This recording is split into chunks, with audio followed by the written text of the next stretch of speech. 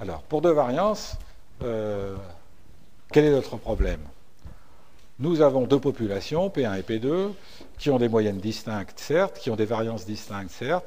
On les suppose normales, et on s'interroge sur est-ce que ces populations ont la même variance ou pas. Je dis indifféremment variance ou écart-type. Alors pour ça, je tire un échantillon aléatoire et simple de la première population, un échantillon aléatoire et simple de la deuxième population.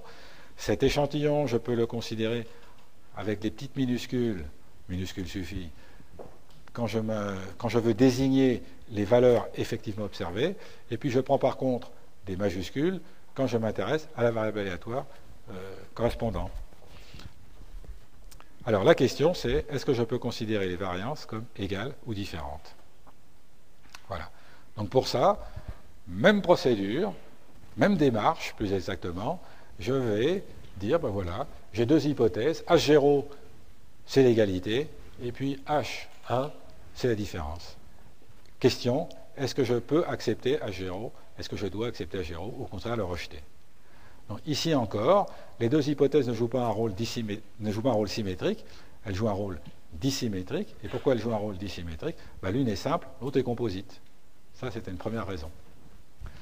Alors, l'autre raison, c'est que quand on cherche à mettre en évidence des différences, on se situe en référence à la situation où il n'y a pas de différence. Alors, exemple, eh bien, nous avons mesuré des rendements dans 4 parcelles pour une première variété, 4 parcelles pour une autre. J'estime S'1, je calcule S'1, pardon, je tombe sur deux quintaux. S2, un quintal. Question, est-ce que ça remet en cause mon hypothèse sigma 1 égale sigma 2? Donc voilà un problème classique. Je veux comparer des variances. Ben, dans un cas, j'ai un écart-type qui est 2 fois plus grand que l'autre. Mais je n'ai que 4 parcelles pour l'un, 4 parcelles pour l'autre. Alors je prends ces nombres parce qu'ils donnent des calculs qu'on peut faire à la main très simplement. Donc ça, ce problème de comparaison de variance, vous l'avez, par exemple, quand vous comparez des protocoles expérimentaux. Vous travaillez avec le protocole 1, vous travaillez avec le protocole 2, vous n'avez pas la même variance.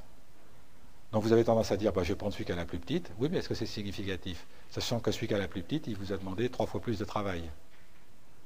Ben, il faut se poser la question. Donc voici ici un exemple de ce problème.